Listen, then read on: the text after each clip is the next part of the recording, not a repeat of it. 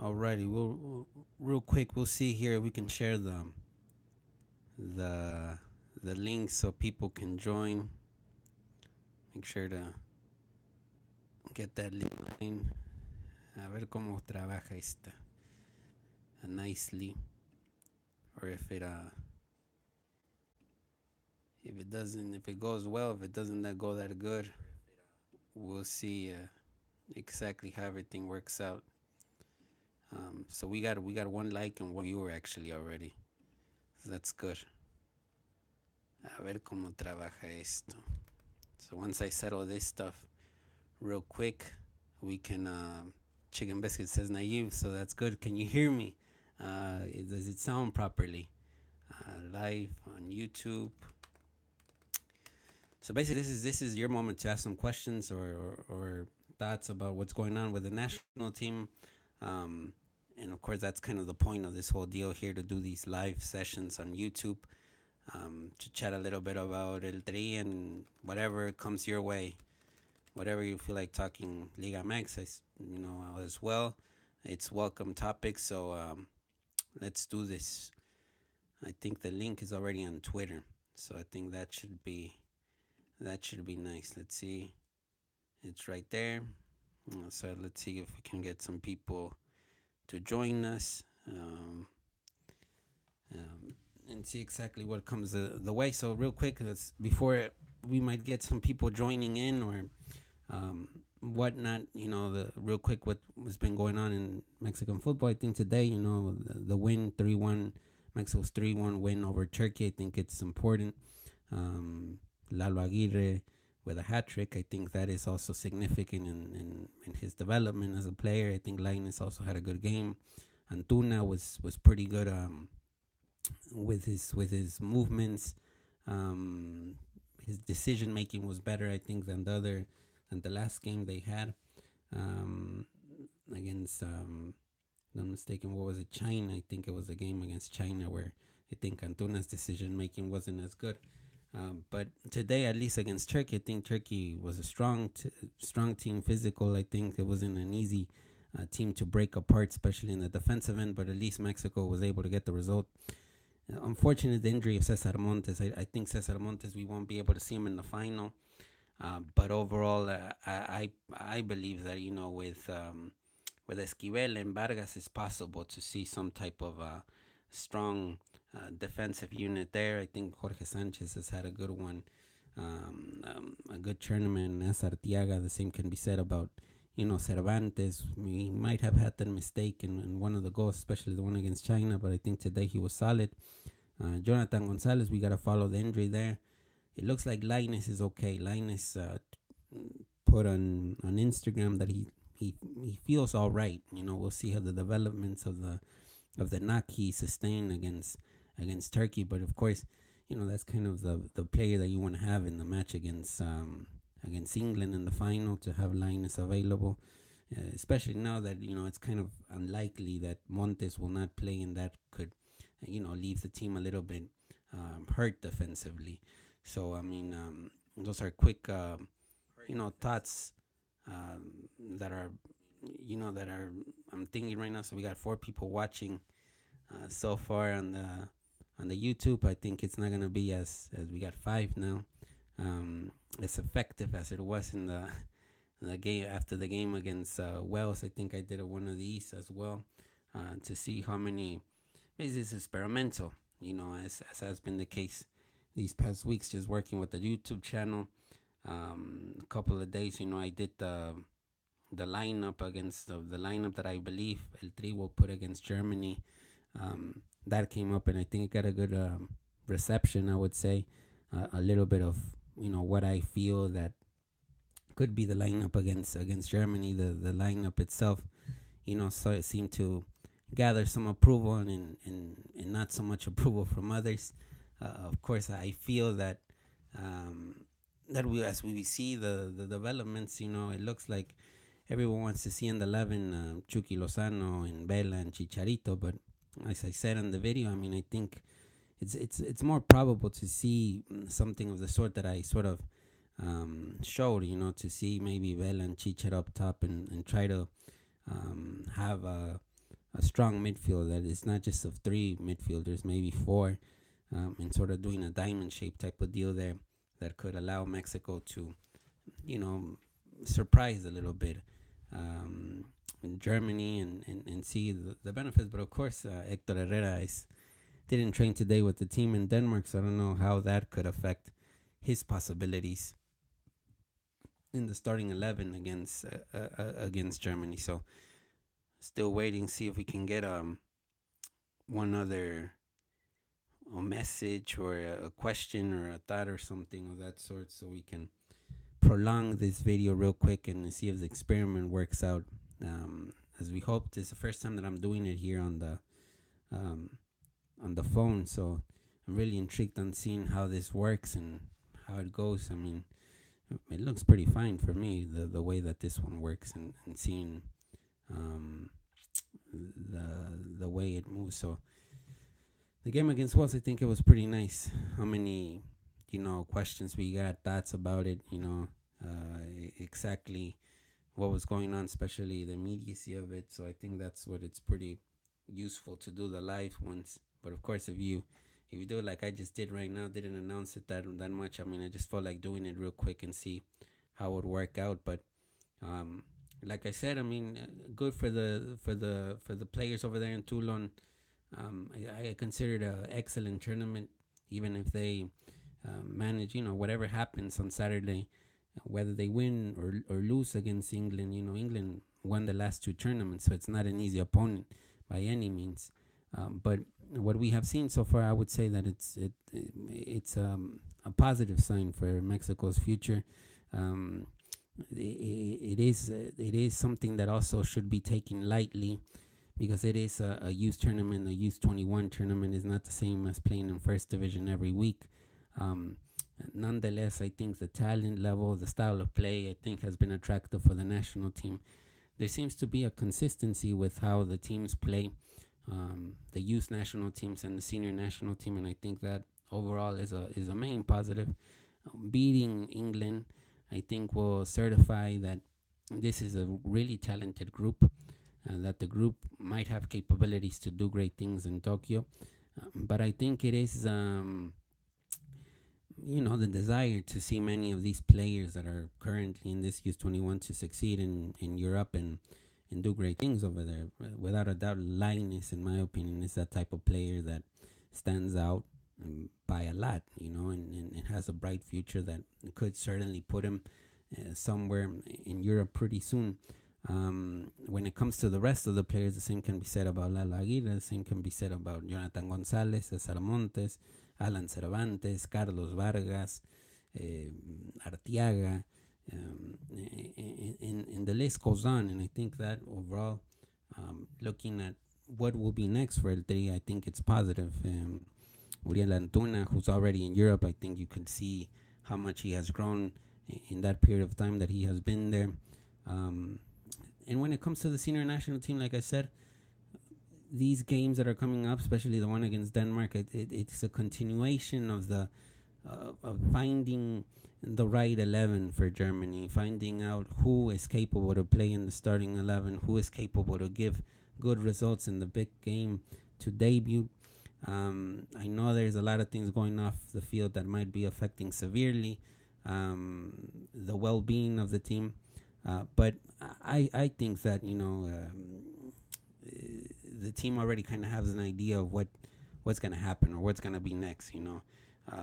So I think the plans there are pretty straightforward. So Jose Jimenez says Osorio out no matter what after the World Cup, says Jose Jimenez.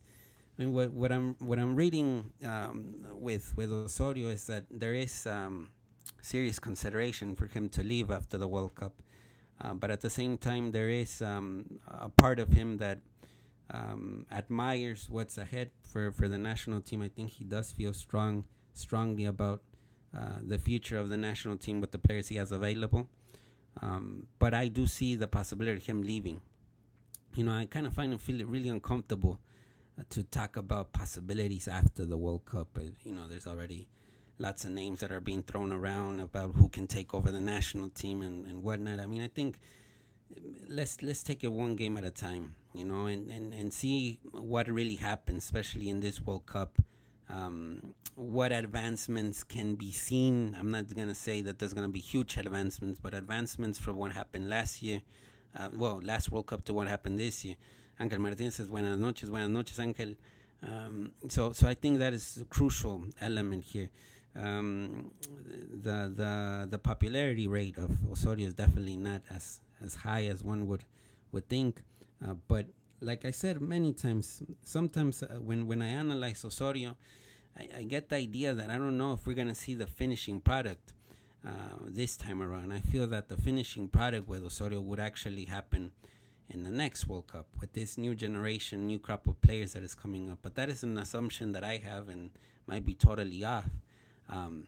But the problem, the Mexican problem is really not only solely on the coaching problem. I think the problem in Mexican football tends to be systematic, and I think that is something that slowly it has progressed, and you see improvements of it. I think talking about the U21 and how well it's doing, I think it is a massive progression, but it is not the end product. The end product still pretty far off. I think there's always been talented players like Linus, but of course not at this level, not at this stage, not at this type of place where you see.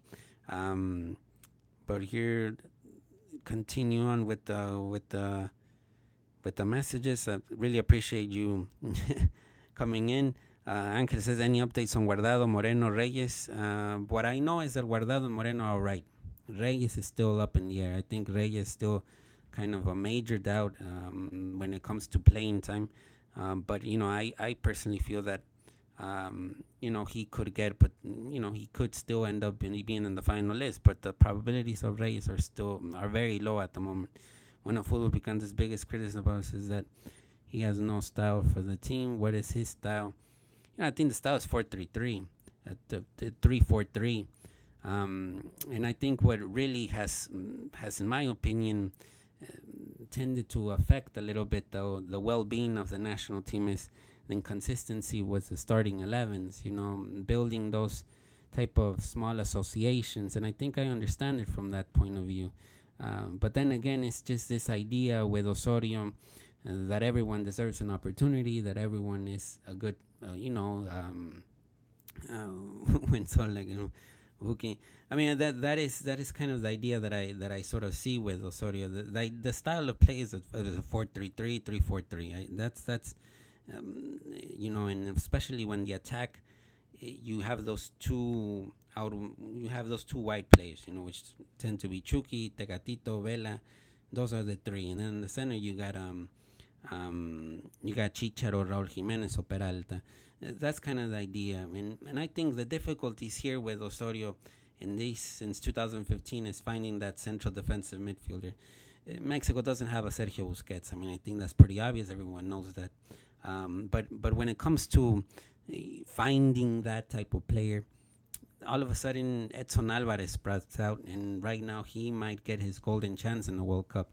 We're talking about a really young prospect in Edson Alvarez, and I think that has been the difficulty with Osorio in this process. Also, I feel that the presence of Rafa Marquez is good. It's been great for his process. I think one of the reasons why Osorio is still the manager is because of Rafa Marquez's presence. But at the same time, I think Mexico has to start believing in itself that there's a moment to stop counting on Rafa Marquez's presence. And I think when that actually happens legitimately, I think this generation that is used to winning starts to take another dimension, and I think that's going to happen after the next World Cup, whether that's with Osorio or not with Osorio. But overall, I think the style of play is there. The idea is maybe in the fact that these associations that were possible in kind of developing a little bit more with more consistent 11s is what I would kind of criticize a little bit. And I think, but that's the style of play. That's the style of seeing the game, So I think I answered there to MV23. I think it's Mariano, no? Jose Jimenez, is crazy how some of these guys are at the end of their international career, at least you would think, right? Yeah, I mean, it's the last chance, for example, like, this 2005 generation, and especially with those talented players like Vela, Giovanni. I think Moreno still has one World Cup in him, but CC Guardado, it's 2006 to 2018. It's 12-year span of World Cups, and really his best World Cup, in my opinion, was the 2014 one. The 2010 one was quite depressing for Guardado, but heading into 2018, he is a captain. Unless there might be some changes there with Rafa. But overall, I see that that whole idea, of what could happen exactly there with Guardado. But it does feel a little bit like there will be some type of influential change in the national team after this World Cup. Let's see all these questions. Oscar Perez says you went solo and you like your new videos. They're informative and have love, great stuff. Thank you, Oscar. Let's try to do the best job that we can. Luis Valenzuela, thoughts on the backcourt at Chivas. But definitely at another prime for many of them. Oscar Aguado says thoughts on the Rockets choking on the NBA series. No, I think the Rockets, what happened there was the CP3 injury, and I think, of course, they were also lucky that Iguodala got injured in the series against the Warriors. But it was a great run for the Rockets, a great season overall, a good record, I would say, that really surprised many. But it puts into question really where they're heading, with James Harden. You're gonna get the points out of James Harden always. But the thing is that he does need someone else there to be of good help, especially in those tight series. It looked like Chris Paul was the answer, but then he got injured and everything kind of fell apart. So, but we'll see what happens, what moves are possible for the Rockets in the off season. And the question here that the buckle at Chivas, I don't. The situation on Chivas is quite sad. I think this 27 missed threes in a row. That they live by the three, Raul. They live by the three throughout the whole season. What you gonna do? Of course, maybe it was kind of a dumb idea to keep shooting even though you were missing the whole time. But they live by the three. You live and die by the three, and it didn't work out so well for us. But what can you say? It's that type of deals. It's like in the World Cup with Mexico. So he's gonna live or die with his ideas, and it might work, it might not work. The Embrace. Well, Enriquez was a talented one. Enriquez, I feel that had all the potential to be one of the best ones. But all those bad decisions that he might have done, injuries as well, didn't work out for him. But he was an important one. Let's see a little bit with Edson Alvarez. Maybe Edson Alvarez will turn into that central defensive midfielder that could give El Tri results. These are all good things here that I see. What do you know about the goleador of El Tolón? He seems promising 7 goals. Yeah, 7 goals for Lalo Aguirre in 4 games. Lalo Aguirre is actually a Santos youth product.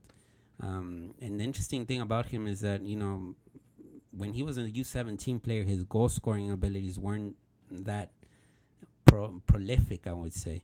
And now with this tournament, I think we're realizing that they're actually prolific. I think this is the best expose of him as a striker. And I think it's mainly due because of the players he has around him. He has Antuna, he has Lainez, that are great people to associate with, players to associate with, and I think that kind of puts Lalo Aguirre, goal scoring prowess into light. But he's an excellent talent there. It's gonna be great, interesting to see what Santos does. Of course, right now he plays second division side Tampico Madero. Tampico Madero is part of the family of that owns Santos. So at the end of the day, it's the same. It's kind of the same club. It's just having that club in second division. It's definitely a club that could potentially enter first division in the upcoming years. But we'll see what type of process he has. Certainly, when you see Santos, it's kind of impossible for him to play. You got Giannini, you got Furch, you got Jonathan Rodriguez, who played impeccable in the last season. So when you have that type of situation, you want to see him move on to another club where he will play, or possibly move to Europe if the right offer comes in. Chaton wouldn't go enough to PSV after the Olympics. Yeah. Enriquez had possibilities to move to Europe after the Olympics. In Osorio Center with the national team overall, has the team progressed, improved since he took over? I think so by leaps and bounds in my opinion. I think the World Cup is gonna be kind of like the moment, no, where we're gonna kind of see um, the progression. I think, yeah, there's gonna be a lot of comparisons to what happened 4 years ago, which was, in my opinion, it was a good exposition from the national team overall. The 5-3-2 worked well. There was good communication between the center backs and the midfielders. Um, but then again, I think um, it was that type of idea that the team could have been better. With Carlos Vela present, who knows what would have happened. It's always that kind of like what if with the national team. 2006 World Cup is like, what if Cuauhtemoc Blanco was there. 2014 is what if Carlos Vela was there. And I think this time around, you got a Vela that is kind of like, cares about the national team and cares how he does. You got Chucky Lozano, a great attacker, Tegatito Corona. And certainly, hopefully on the playing field, the team can speak volumes of certain advancements they had, personal, individual advancements that could enhance the overall being of the team. And I think that's what we look forward to in the World Cup. But I think tactically, the team has sort of improved a little bit, especially when they execute the 4-3-3. Not so much when they try to do that 3-3-3-1, whatever it is, that is kind of confusing for the players. And to execute a little bit, it's really Bielcista, that formation that Osorio likes to use. It could possibly pop up in the World Cup, without a doubt. But I think they've had difficulty executing that idea.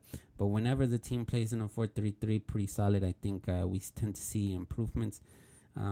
We don't tend to see solidness, and like you said, I mean, like the game against Belgium was a great example of how it was working out pretty much the whole time. A ver aquí, off topic, says Oscar Nanco, but where's Cruz Azul getting all this money? Oh, saludos, love your work. No, right now I think Cruz Azul is seriously investing because the team is heading to Estadio Azteca. I just feel that since the team is heading to Estadio Azteca, it needs to be a good product, a team that is competitive. It's pretty remarkable the influence that Caixinha has in the team already. I mean, I think it wasn't the most thrilling of seasons last season, but it kind of tells you a little bit of the confidence that the owners have in Caixinha, and also the arrival of Ricardo Peláez kind of injected a little bit of fresh air into the team that was so needed. And now it's all about doing it on the field. But on paper, it is definitely a team that should be in the Liguilla, first of all. And second of all, it should be a team that should compete. But then again, we're talking about Cruz Azul, a team that is always kind of fighting with these ghosts of the past, and kind of sort of put them aside and try to do what Santos just did. I mean, I think Santos is kind of like a good team to look at when you look at exactly how the team works. And not long ago, Santos was losing all the time, and now Santos is won the title. So here, okay, I was burying Samantha. Please don't kill me, guys. That's what I thought. Do we get to see Layun this World Cup at attacking midfielder? What I like about the team, we got players that could individually carry us over certain opponents. I think we will see Layun play a lot in the midfielder. That's on the kids, the World Cup. Any favorites? Says Raul Barraza. Outside of Mexico, any team you think surprises in the World Cup? The kids, I mean, I kind of like Colombia's. It's interesting, the texture of it. I mean, it's really kind of like resembles a little bit of the colors of the flag and whatnot, and I think that is kind of cool. But El Tri could have been better. But of course, like if El Tri gets good results, everyone wants to get that green jersey. I haven't, to be honest, like the Peru Umbro jersey is also nice, because I mean, I think it's pretty solid. Like Peru always plays with that jersey, but I think there's some elegance added to the jersey because it's made by Umbro, Nike, pretty simplistic overall. No, I think Nike over there. I think maybe the one Nike jersey that might have some type of like Oh, I think Nigeria's no. Nigeria's is amazing. I think Nigeria's is probably the best jersey in the World Cup, because of that idea, that it has some connections to the country, the colors, they resaltan, I think is the word in Spanish. Um, otras jerseys that I've seen. Japan's has some interesting features as well, I would say. Let's see other ones here outside of Mexico. Any team you think surprises in the World Cup? I mean, I think the teams that I'm actually gonna follow I'll follow Mexico, of course, and Spain. I really love Spanish football and have been following. Of course, Spain is one of the favorites. Everyone kind of puts them in the semifinals, but like dark horses type of teams, I think Poland and Senegal are teams that I will be following closely as teams that are kind of like out of there. With Senegal, I actually have a special connection because I remember talking with Alfred Ndiaye, who played for Hull City this season. Back 4 years ago, he was playing for Betis in Ndiaye, and I asked Ndiaye if they were going to go to the World Cup this time around. And he told me they were actually going to go. He was pretty sure about it, and now they're in the World Cup, and of course Mane was great in the season. Overall, scored a goal in the Champions League, so I like that type of team. I got because I have that connection. I like Senegal more than Egypt, for example, and of course Egypt with Salah. I mean, it will be a team to follow. But and then Poland, you know, I feel that it's well structured. The team, it's gonna be a solid 4-4-2. Good striker in Lewandowski. If he's on, Poland will have options. Um, Also like Krychowiak, midfielder. Grosicki is also good attacking midfielder. So I have to follow what happens with center back Gleek, who was playing in Monaco. I think he's kind of hurt, so I don't know. He might actually miss the World Cup due to a shoulder type of injury. So, but those are the type of the teams that I will follow outside of El Tri. I feel this isn't talking about. Doesn't bother you. Jesus Gallardo's only going to the World Cup because the natural born less. Well, I mean, actually, I think Oscar, you brought it up on Twitter. I think was it you that the thing with Gallardo is kind of a personal Osorio project, no? And I do get it, but then again, it's like defensively speaking, I think Gallardo has has kind of shown up right now. And Raúl Barraza put what fullbacks in Mexico? Mexico, where there's a lack of fullbacks, there's a lack of good fullbacks because you can say, for example, this season, well, La Bella could have gotten a look. Angulo came late because he did a good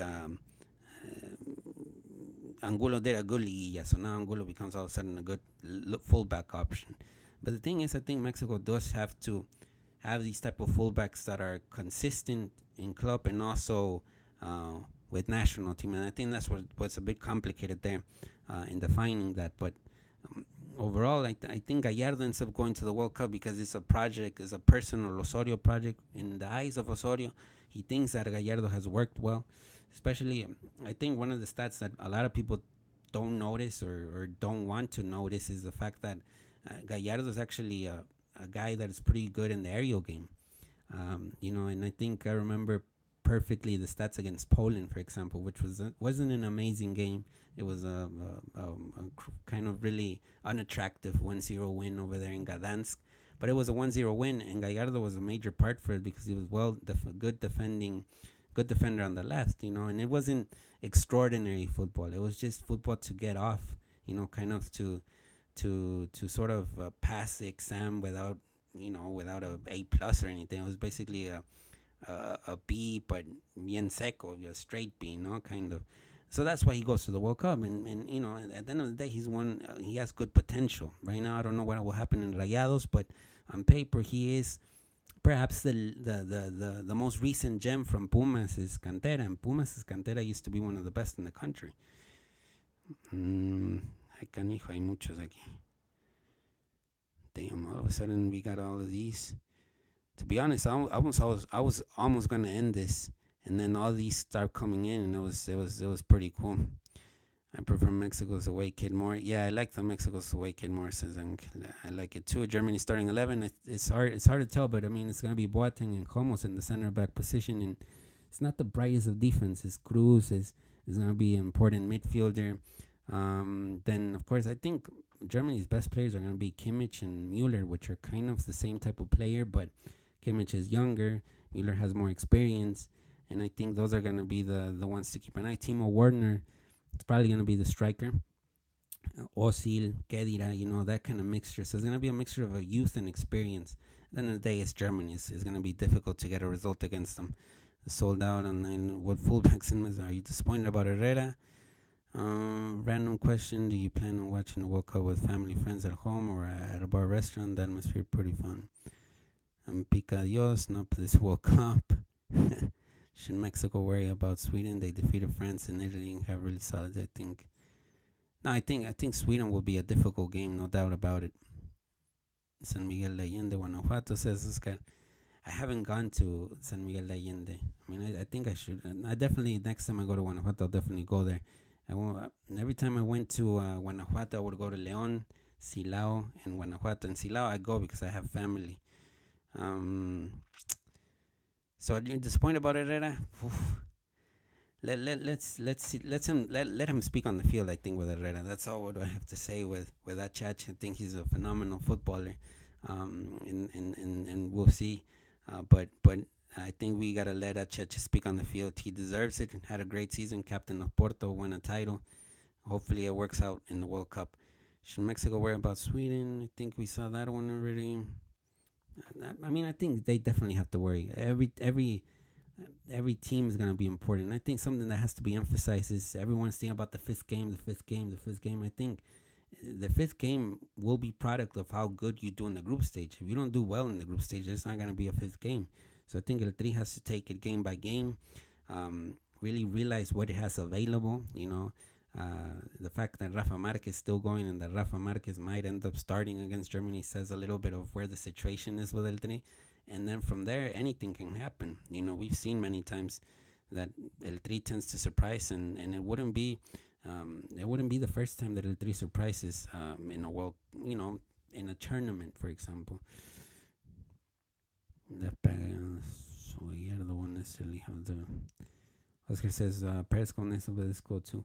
I think I'm gonna just keep doing the YouTube lives for now, and then we'll see if I'll do a Periscope again. But for now, since I'm doing the channel and I'm posting stuff on the channel, I mean, it makes it easier just to post it here, post here everything, and try to connect all the dots. But it's been 30 minutes of a good chat. I really appreciate you coming, spending part of your Wednesday night and having a conversation with me. The conversation was made because of you, not because of me. So, I mean, that's always what I intend to do with these. So, on Saturday, we'll try to do one. I don't know if I'll have time. I mean, I think I'll do something else on Saturday after the game. I'll post it on Twitter what that something else will be. It's probably going to be a podcast, but in Spanish, an analysis of the game.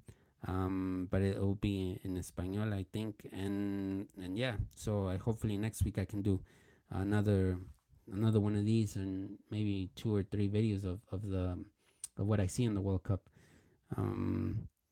Also, chances of what happened to Spain 4 years ago happened to Germany now. I don't know. I mean, it's like a type of wishful thinking, no? With what time the game on Saturday? I think the game on Saturday is 1 p.m. Central Time, if I'm not mistaken. 6 minutes, I hope. No, at least we're ending in a positive note. I mean, all the analysis that I've been seeing. It says Boris Star podcast name. There is a podcast that I'm starting. I mean, the thing is Resortera Wave, like I said. In Resortera Wave, we did interviews. We did that interview with Gobea. Then we interviewed Cristiano Catero from Necaxa, and now we'll see exactly what we do. But I'll show that project that I have, Resortera Wave, still in the works. It's just a project that I'm working on, and then we'll see what turns out to happen. So. Ciao, ciao. Thank you very much. Have a good night, and I see you later. Let's see.